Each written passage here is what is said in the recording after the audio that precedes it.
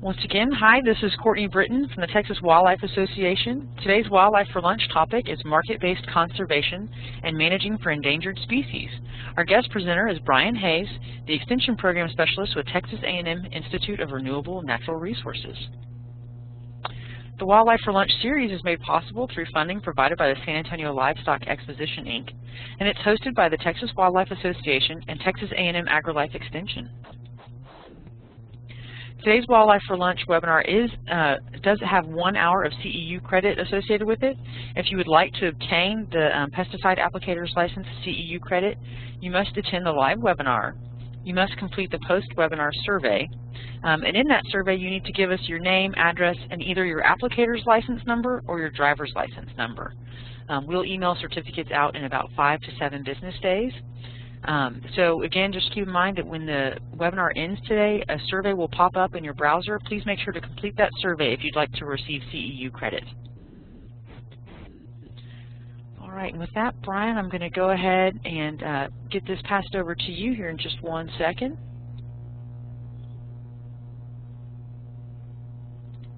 Okay, Brian, can you hear us?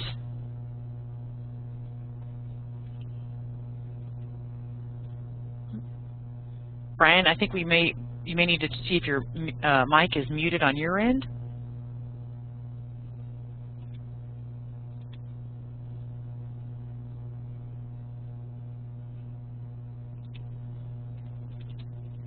All right, folks, just 1 second. Let's try to get this mic working again. I apologize.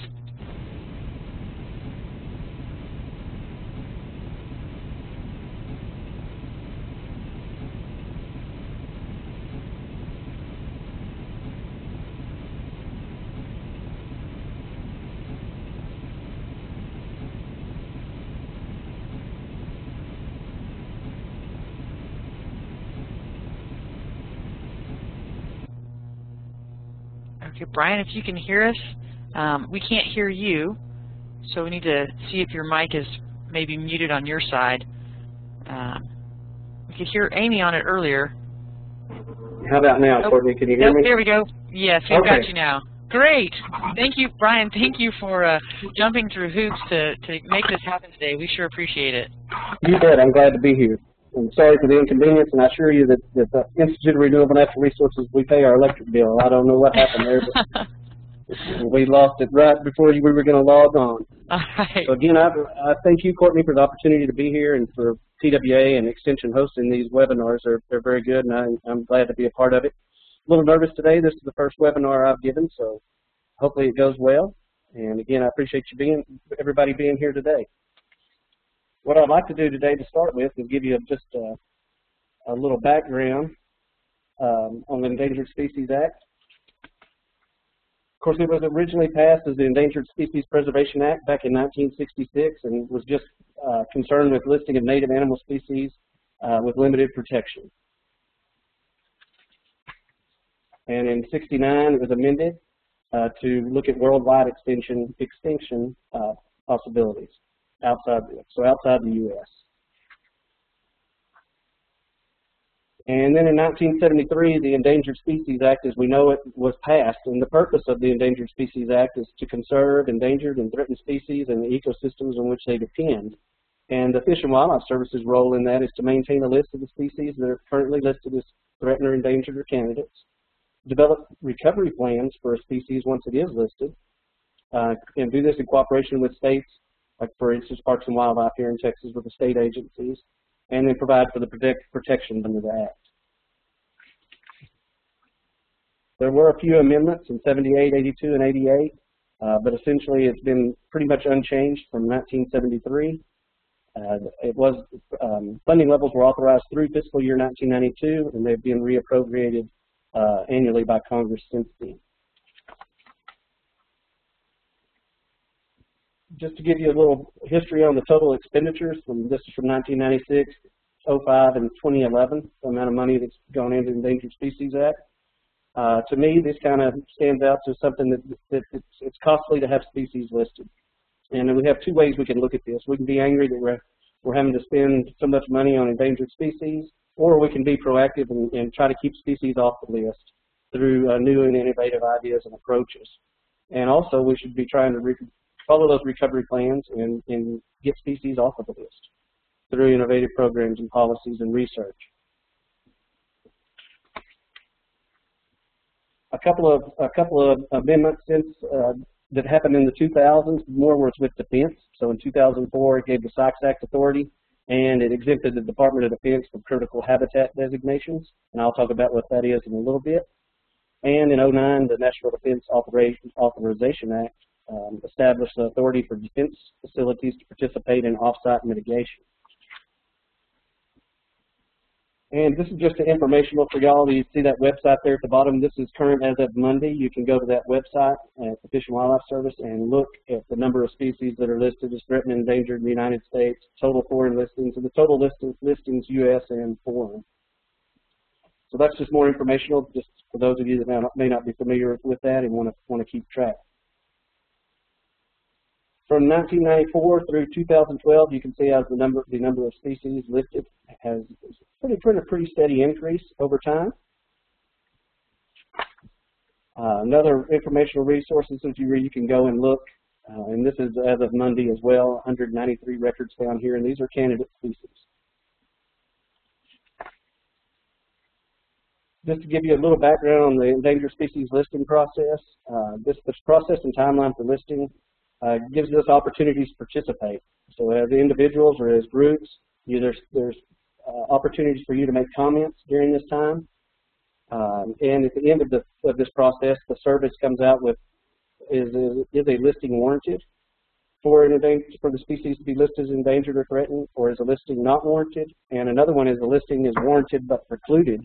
And what that means, the warranted but precluded means, is that data supports listing, but other species may have a higher priority for listing. That those that are listed as warranted but precluded or candidates are reviewed annually and can be proposed for listing in the future. This process usually takes about 2.5 years from start to finish. The species listing process, again, usually it's citizen petition and accompanied by lawsuits to make the service go through and go follow that timeline. Pretty much the same process for delisting or downlisting. If you want to do that, you can propose it. If there's a lot of new science out there that maybe supports delisting, then an action needs to be taken or a petition needs to be put into the service to go through that process. ESA Background, or Endangered Species Act Background, kind of what's our history? I think these, to me, these are the most, or most of us would agree that these are the three weaknesses with the ESA in general. However, I believe that this is the places where we can work on new policies and programs. And what I like to say here is as private landowners, a lot of us may look at it as an endangered species as a liability. How can we make that an asset? And we'll talk about that a little more when we get to market-based conservation shortly. Listed in Fish and Wildlife Service, off their site, what are opportunities or landowner options? And those at the top of the dash line, those are after a species is listed. Those below the dash line, the CCA and the CCAA, those are prior to a listing decision. And I will talk a little bit about number 4 here in a little bit, the recovery credits, and we'll cover again on the CCAA later in the presentation. So that's a little history in the background of the Endangered Species Act. Kind of covered that quickly. There's some good informational resources out there with the Fish and Wildlife Service, and I will present you some more later in this presentation. But I want to focus now on what's going on here in Texas locally, what we see coming and what's happening with endangered species in the state. Currently, that's where we stand right now in Texas. We have about 65 animals, 28 plants, and 21 candidate species currently in the state. These are under review, 118 species. We have many different species under status review in the state with many different habitat types, from streams and waterways up to the grasslands and everything in between, so from mussels and plants to amphibians and insects. If all of these were to be listed, it would triple the number of species that are listed in the state. And again, we're seeing more of these listings are focused on ecosystem-based approach or group listings, primarily, for instance, in water-related listings, particularly like for, say, the Edwards Aquifer or desert fishes, where as we've come out of this drought, there's 2 shiners up in the north part of the Brazos River that are being looked at and reviewed currently. And we're also seeing at the time of listing a critical habitat designation. And really what critical habitat designation means is it's a specific geographic area thought to be important for the threatened and endangered species that is listed, and it may include areas that are not currently occupied by the threatened and endangered species. But just throw this in, these are some mussels that are candidate species, and that's their overlap of their habitat. Those different shades of blues are just mussels that are candidate species in the state right now. So you can see if those were all listed in the critical habitat designation. If they were, it could impact a large majority of the landowners in the state. So I guess the other part of this presentation today is what is market-based conservation? And I look at this as market-based conservation provides incentives and rewards for folks that are doing good things on the land, that are already being good stewards. And it's different than having a regulatory hammer come down and say that you can or you cannot do something. So it's a new approach to try to work with landowners and engage private landowners and others in a conservation for candidate or threatened and endangered species. This is a definition. I won't read all of this to you, but this is a definition from the National Association of Conservation Districts from the white paper they had on market-based conservation back in 2008. And I'm going to try to highlight something here if this works. I think this is important. Market-based strategies have the potential to highlight and assign economic value to ecological services society derives from wise stewardship of natural resources. And that to me means most of the landowners in the state are good stewards of the land. And this offers an opportunity to reward or incentivize management practices that not only that benefit society in a whole, whether that's from water quality and water quantity, but at the same time can benefit endangered species or threatened species or candidate species that are being proposed to be listed. So it's an opportunity to tap into that market of our great land stewardship that we have going on in the state by private landowners. Kind of some components I see of what a market-based conservation has. You have a program administrator that administers the program. As it's set up, landowners, could be farmers, ranchers, or foresters, are involved and play a vital role in a market-based conservation. Additionally, land trust can, local, regional, and national, particularly if it's a credit or an offset that is permanent in nature or perpetual. Land trust would be a very integral part of that process.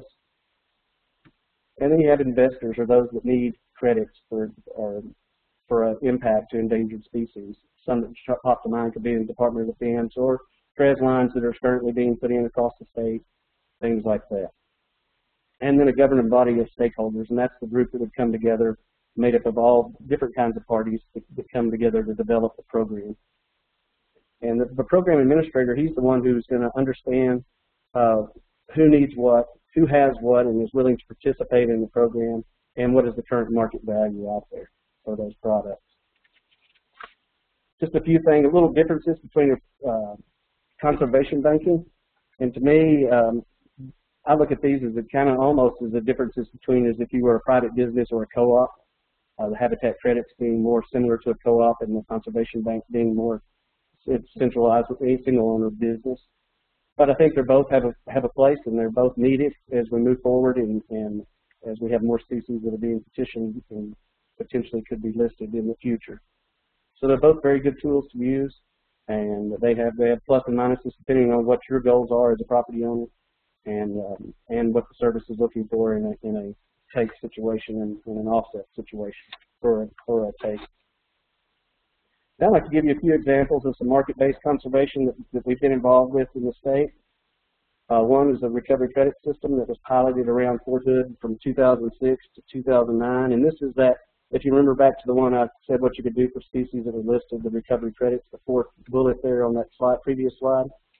And to me, and I've had this told to me, and I hope I think it to be true, but if those of you that remember back in the early 90s when the warbler was listed, and then a little bit later on they were going to list critical habitat, and landowners were really upset and worried that they weren't going to be able to do brush work on their property, and essentially they all marched on the Capitol, some 3,000 of them, basically saying if you give us an incentive, we can live with this and make things work and provide habitat as well as maintain our livelihood on the ranch. Well, that's kind of what this system did. Again, it was piloted around the counties around Fort Hood in 2006 to 2009. And we wanted to know, could we have a market-based conservation system and how would it work? And I hope I can explain that to you here shortly in the next few slides. To give you a little background, Susan Combs was the Department of Agriculture Commissioner. She pulled together a statewide working group, and that group broke into the policy, economic, and science committees and helped develop this background for this system with the idea and goal of providing training flexibility for Fort Hood and work with off-site landowners to manage and maintain endangered species habitat.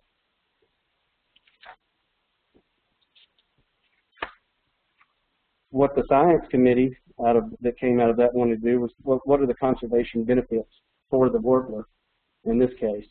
And the one thing that came about was at the time there was about 70% of the known populations of golden cheek warbler were on Fort Hood, Texas.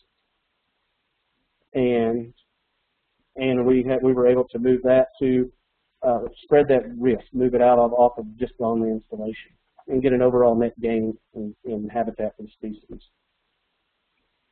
And we wanted to make sure we could maintain rural land use, keep private land and private ownership, and get conservation out on the ground. What we learned are some defining components of this recovery credit system.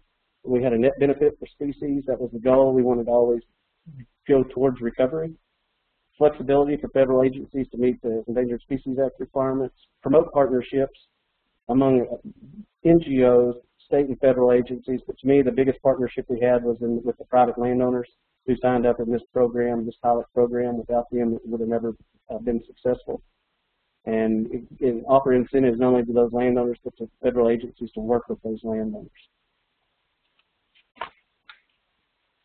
Just to talk a little bit about the market-based conservation of this, that red line, and I hope y'all can see my pointer here, but that red line, that was our first bid round. We really did not have a reverse auction competitive bid round in bid round one, and the bottom axis here is the 8 bid rounds we had over the 3-year pilot. And just looking at this morning, this is pretty close to what you could say that the amount of landowner would have received for an easement, about half the market value. And the term of the contract, that first bid round, they were going for 10 years. In bid round 2, we opened this up to many people to participate and bid in, modeled after the Conservation Reserve Program that NRCS offers, NRCS and FSA offer. So we had when we opened that market to the bid rounds, to the multiple landowners, the price of the credit years significantly dropped. And over the term of the project, the blue line indicates how long those contracts were. 25 years was as long as we went in our pilot project. However, in bid round 6, 7, and 8, we had landowners asking to go longer. But under that's exactly what we had for this particular program. And I want to emphasize that under each bid round, we had more landowners participating in submitting bids. So we had the competition, kept the price relatively static around that $600 per recovery credit year. However, our term of the contracts went up. Just to give you an idea of this particular pilot, this was for the whole pilot project. We had 20 contracts with landowners, Cordell and Bosque County. Federal money in was $1.9 million. Landowners, we had a cost share. Landowners put in $451,000 of their own money. It wasn't an in-kind contribution. They actually paid into the program and then received that money back in management practices and annual payments of the term of their contract.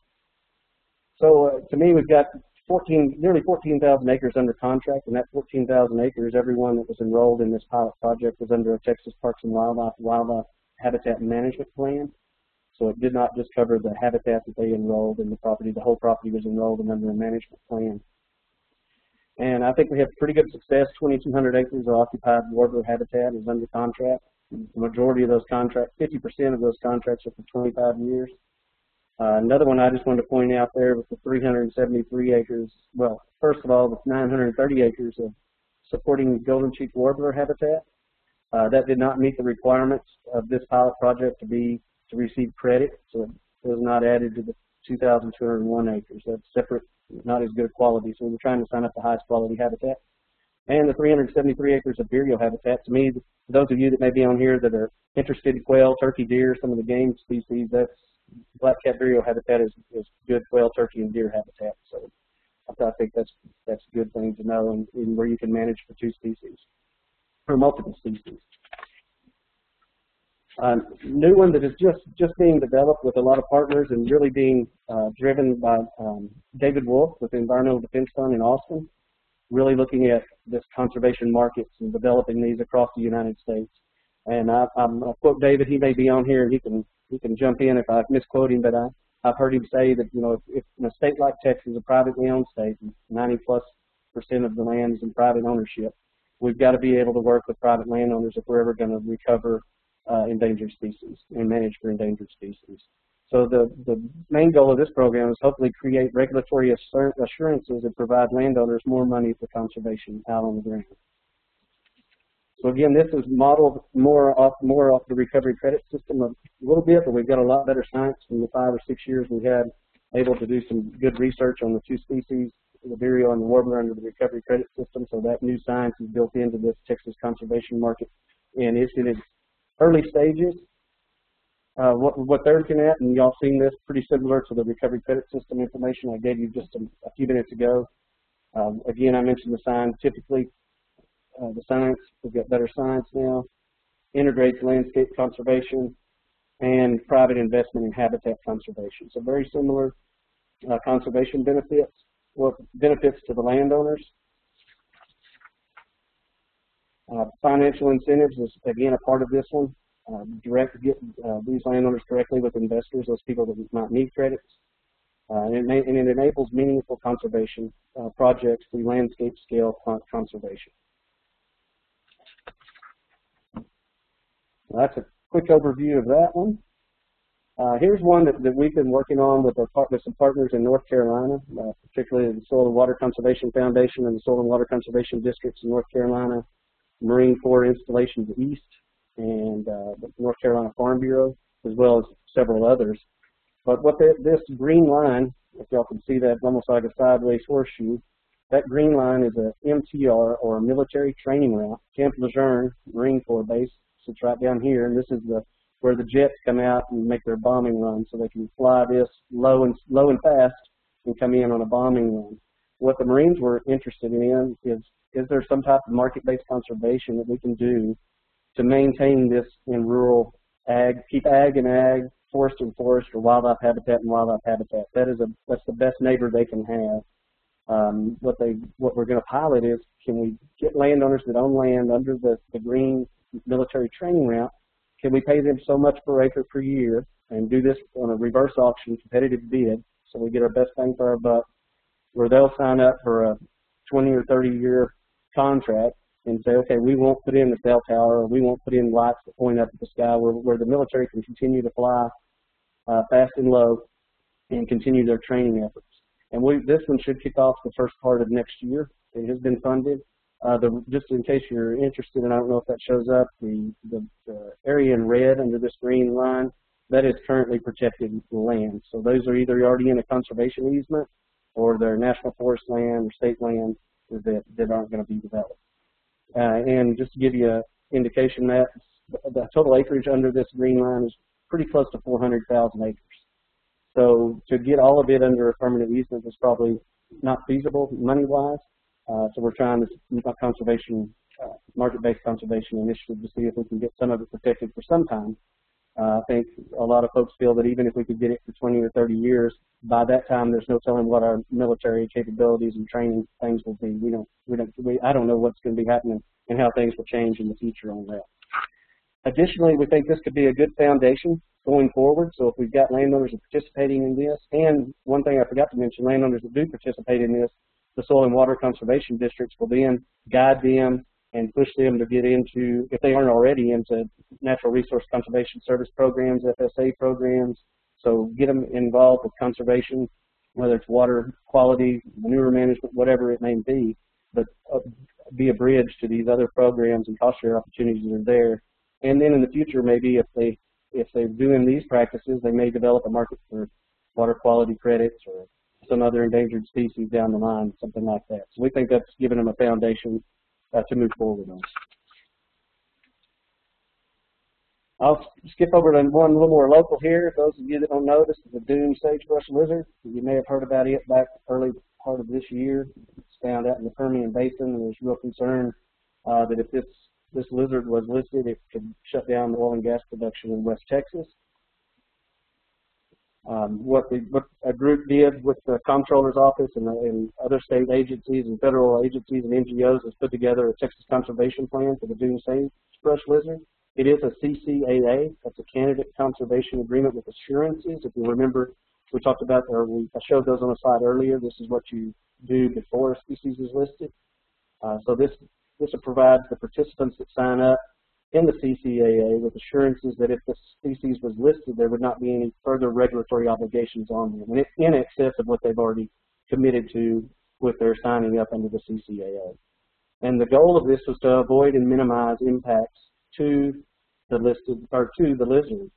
And if there had to be, it could not be avoided or minimized, then there are some recovery awards or recovery credits available that they would have to use to mitigate for that non-avoidance. So far to date, we have not had any take inside the lizard habitat since we've been administering this program with the Texas Habitat Conservation Foundation. I just wanted to highlight this. This is a news release that came out from the Department of Interior, and pretty much highlight this second part of the paragraph. Let's see if I can get that. This is a great example of how states and landowners can take an early landscape level action to protect wildlife and habitat before species is listed in the endangered species zone. So we had enough participants and enough acreage enrolled that I think that they've decided not to list the species right now. So it is under a CCAA administered through the Texas Habitat Conservation Foundation. And if you're a little more interested in that, if you go to texashabitat.org, you can look that up on their website. We work with that foundation to administer the Texas Conservation Plan under contract with the Comptroller's Office. And Mr. Jason Brooks is the man on the ground out there and runs the Texas Habitat Conservation Foundation. So again, a proactive approach to get conservation on the ground to avoid a listing decision on the dune sagebrush lizard. These are just some more examples. Oh, I'm sorry, went too fast there. More examples of market-based conservation projects that are ongoing around the United States. The Willamette Partnership, and they've given credits and things for wetland, salmon habitat, prairie habitat, water temperature, which are riparian habitats, and then there's some ongoing work on Colorado from sage grouse, and then a pretty active and good program in Georgia and Alabama for the gopher tortoise. All examples of market-based conservation initiatives. I want to just touch back a little bit closer to Texas now and look at the recently petitioned species. If there was 12 mussels, these are all mussels. If you're interested and aren't familiar with abbreviations here, the EP is Edwards Plateau, STP South Texas Plains, PW is Pinewood, POS is Post Oak Savannah, CT is Central Texas, and then EP is the Edwards Plateau again. But these 5 species, after they went through that listing process, listing was warranted but precluded, so they're candidates, so they can be reviewed again. And I think I showed you what their habitat range is, historical range for those mussels.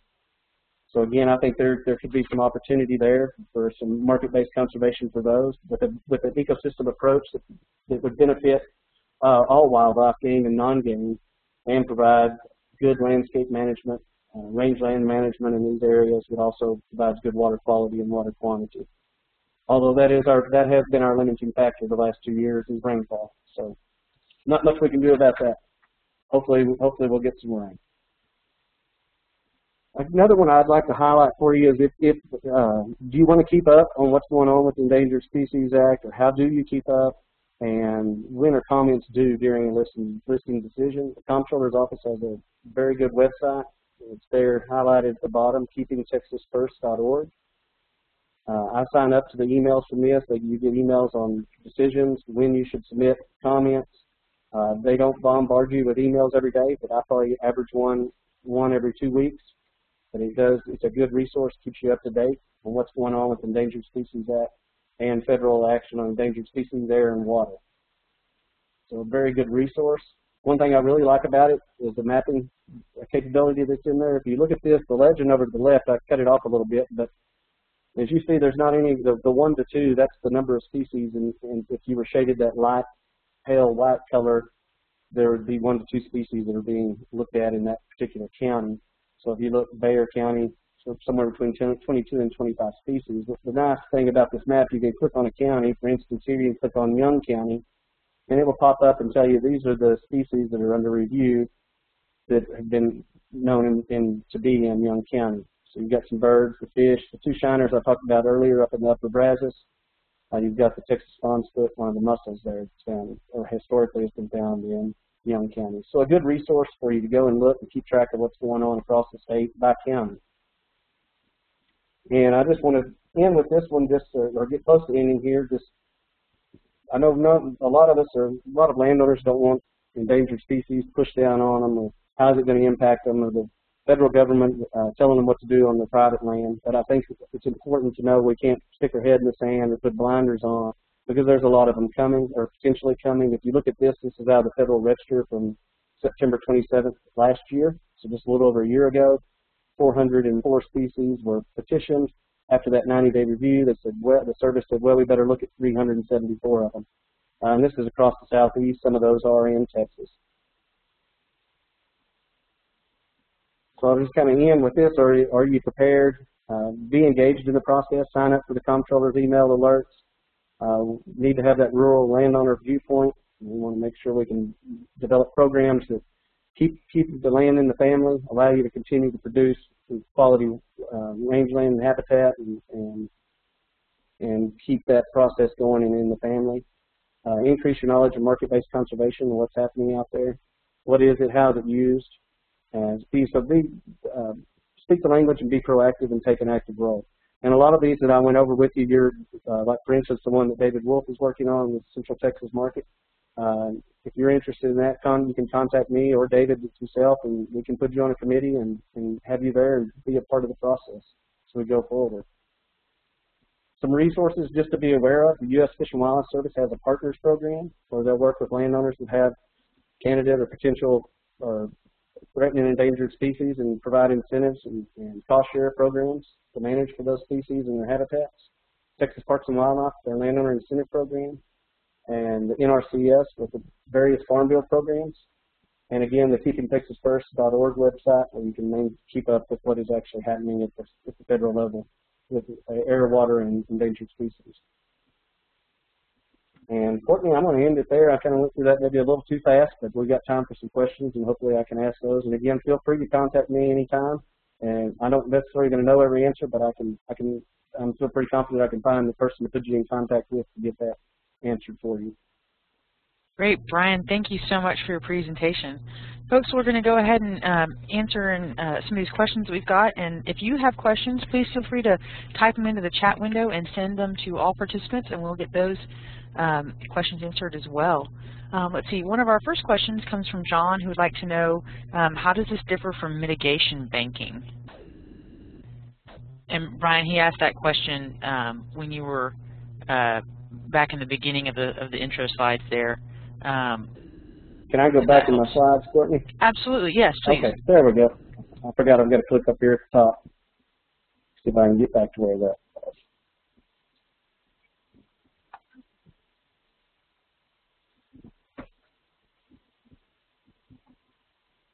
Do you remember what slide that was at, Courtney? It was with the maroon background. Okay. Did that help? Gotcha. I would say it's similar to mitigation banking, although most of the mitigation banking, like wetland banking, riparian banking, majority of those are under a perpetual easement. where you have a willing landowner that sets up a bank, or a corporation or whoever it may be that sets up a bank, and they go through the service. Usually from that side, from the riparian and the wetland, goes through the Corps of Engineers, not the Fish and Wildlife Service, I believe. But it's permanent, where the market-based conservation can be both permanent and temporary. I don't know if that's getting to the answer the question exactly. John says it's RCS. RCS.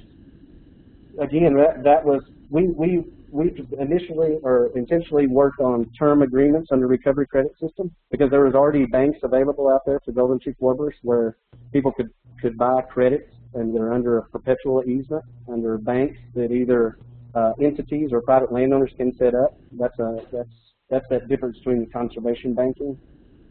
I know where I think I have a slide on that. And so if you look at that on a typical conservation bank, the landowner or an entity that wants to set that up, the burden is on them to set that up. Under the habitat credit trading, you have that governing body, or that entity that manages the project. And you can work across multiple landscapes and multiple landowners.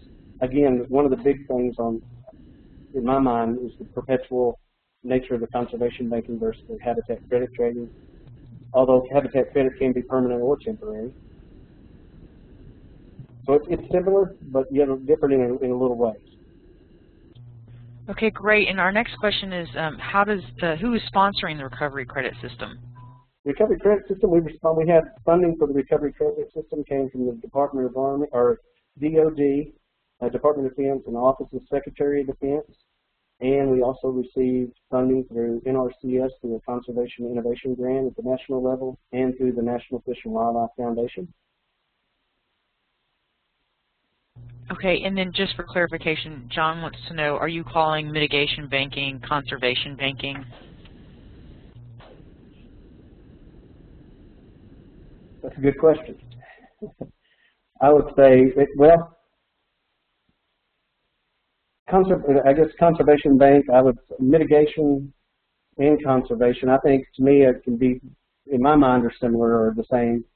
And I may be wrong on that. I'm not by any means an expert on those, John, and I'm sorry if I'm not answering your question. All right, we appreciate trying there. Let's see, are there any other questions? It looks like Amy has posted quite a few links here in our chat window also for some of the things that were mentioned. It looks like they're all posted there and accessible, so folks can click on those to go directly to the sites, or can copy and paste them into their browsers. I don't see any other questions coming through right now. We did have a question asking if someone could get copies of the slides, and we are recording this, and the archive version will be available on the TWA website, and here's the link for that. And they'll also be available on the TWA YouTube page. So anytime, once we get these posted, you can go back and rewatch the entire presentation anytime you want. Again, the TWA website is just texas-wildlife.org. You can access those there. Let's see, we do have another question that says, which website showed the endangered species by county? If you go to keepingtexasfirst.org. There we go. And Amy's also posted a link to the Texas Ahead website. Yes, which Keeping Texas First takes you to that website as well. Okay, perfect. And then when I crop this slide here up at the top, you'll see where you can go to maps for endangered species. There's endangered species link, and then I'll kick you over to the map. Sorry, I cut that off when I put a slide on. Are there any other questions? Folks, feel free to type them in and we'll get them answered. If not, let's see, Brian, I just want to thank you so much for all your time today and the incredible effort that it took for you to give this presentation, with having to run from the office to home and find a computer that had power. And we really appreciate all the information and everything that you've done for us. And Thank you so much for your time today. Folks, we also thank you for joining us and hope that we've presented some information that you can use. Our next Wildlife for Lunch webinar is going to be on December 20th, and it's going to be on forestry management. And we will be offering 1 hour of general CEU credit for that webinar as well. Don't forget, folks, if you want CEU credit for attending today's webinar, please make sure that you fill out the survey that's going to pop up in your browser when we close out of this. And those CEU certificates will be emailed to you hopefully sometime next week. It looks like that about covers it for all of the questions. You can always email me. I'm cbritton@texas-wildlife.org. And Brian's information is up there as well. You can email Brian if you have any other questions. It says, we have one more question that says, when will the webinar schedule for 2013 be published? That's a great question. We actually have been working on the 2013 schedule for a lot longer than I'd like to admit. But I think we've finally gotten it narrowed down, and we're hoping to have all those dates completely confirmed, and the publicity for those dates going out here in the next week or so. I can tell you that that we're going to have a great lineup, and we're really excited for 2013. And so hopefully everybody who's been a part of the 2012 series will come back and join us for 2013 as well. And with that, let's see, Brian, is there anything that you'd like to add? No, ma'am. I sure do appreciate the opportunity to participate today, and I've left my slide up there if I can answer any questions, or if I can ever be of assistance, please don't hesitate to call or email. Excellent. Well, thank you so much, Brian, and thanks to all of y'all for participating today, and we look forward to having you again on the next Wildlife for Lunch webinar. Thanks, guys. Y'all have a great day. Thank you. You too. Bye-bye.